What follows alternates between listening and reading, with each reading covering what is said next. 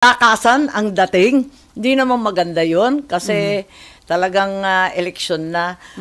So, para sa akin, isang problema yung proseso.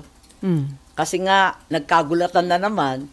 Ikalawa, yung problema, yung pera, hindi napunta sa inaayon, hindi napunta sa utos ng ating konstitusyon at sa batas.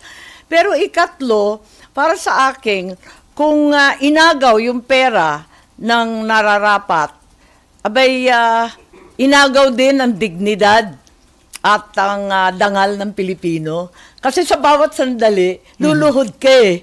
Pipila ka, magmamalimos ka para lang kumuha ng tulong. Hindi naman tama yung ganun.